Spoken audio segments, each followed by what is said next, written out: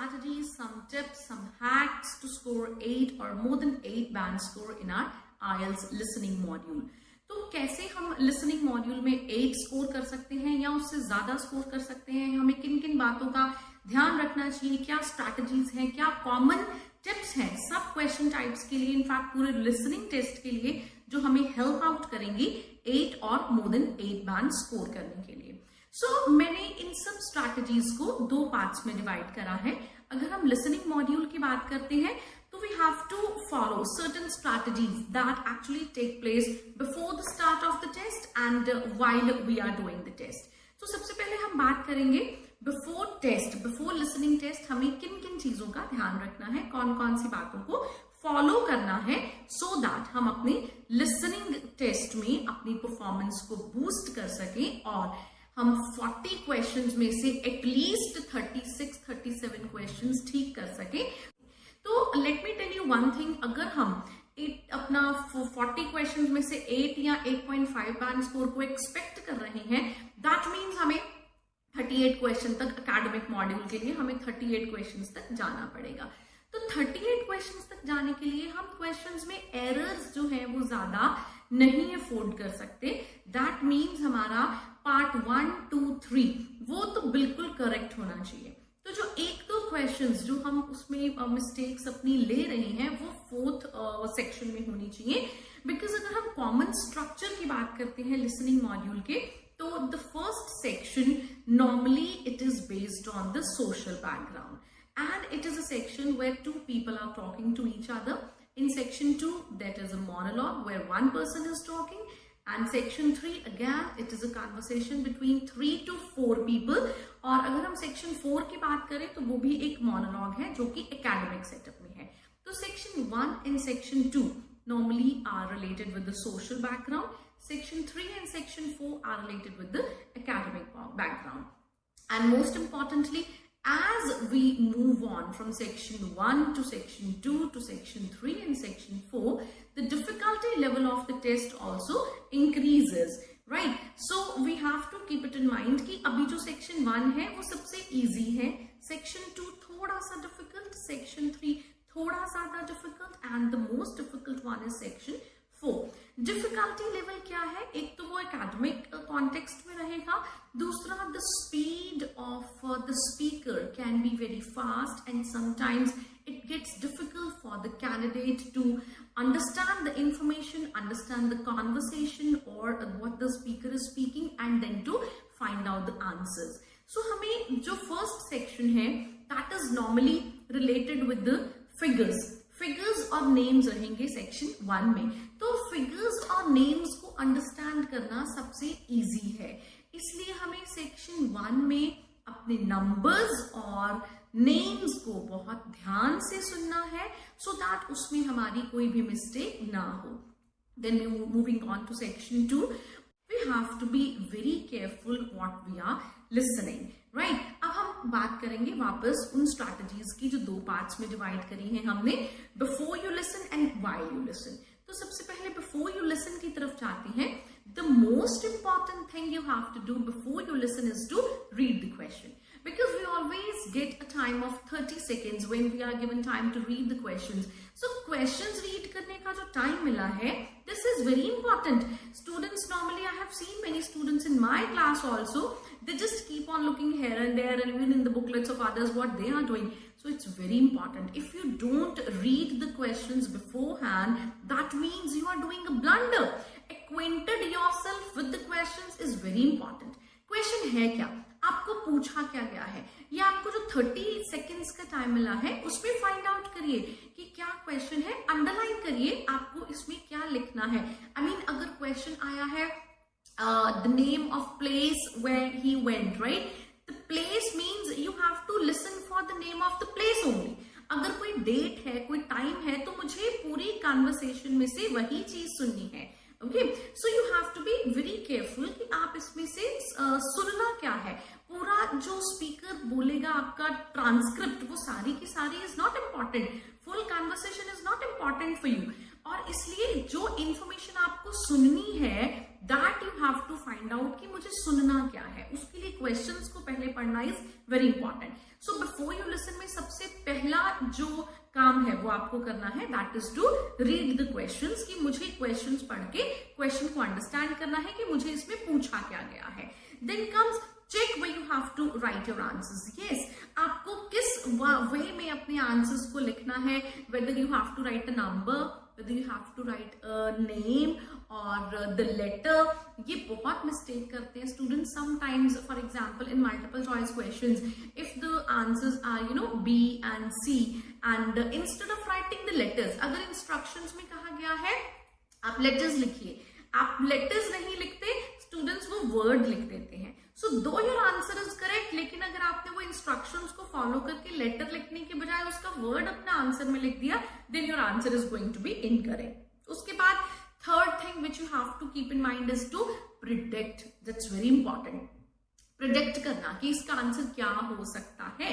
जैसे अगर कोई बात हो रही है, the amount I was to spend for a ticket, for buying a ticket of the bus, तो उसमें नीचे ऑप्शंस दी हुई हैं, suppose it is in $20, $1000 and there are some other options.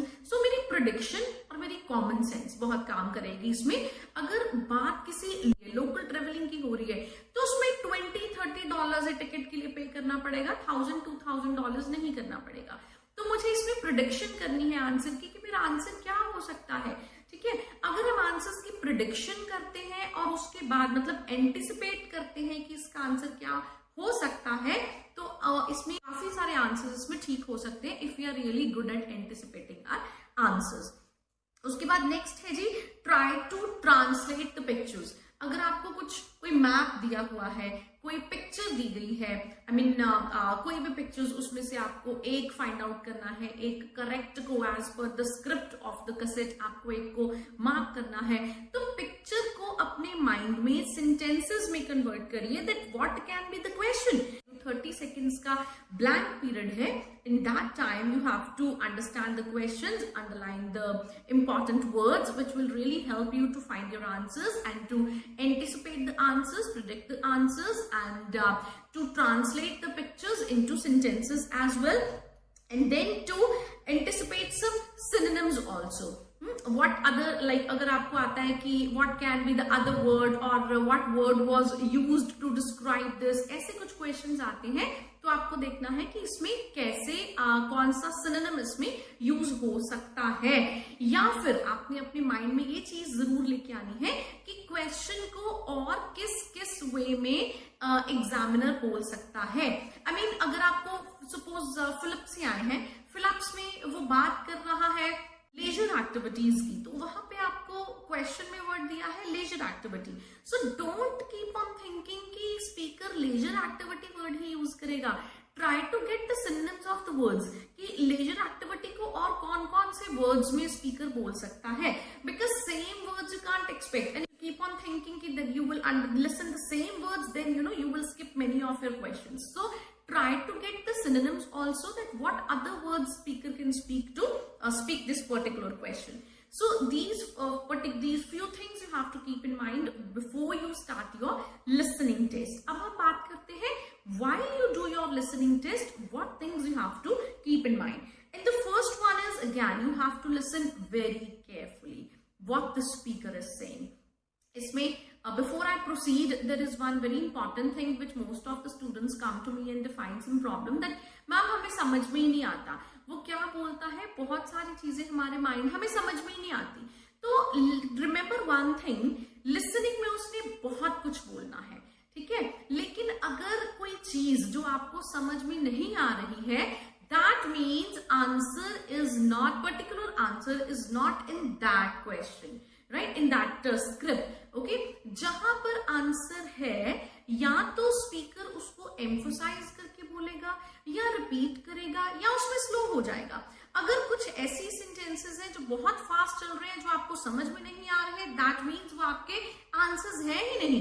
Don't be panic, आप पैनिक नहीं होइए, nervous नहीं होइए, उसमें आपके आंसर्स नहीं है, ठीक है। ये चीज माइंड में रखिएगा कि जहां पे आंसर्स होते हैं वो चीज या तो एम्फोसाइज करके स्पीकर बोलता है या रिपीट करके बोलता है या उसमें स्लो बोल देता है। In most of the cases this works, right, so don't be panic.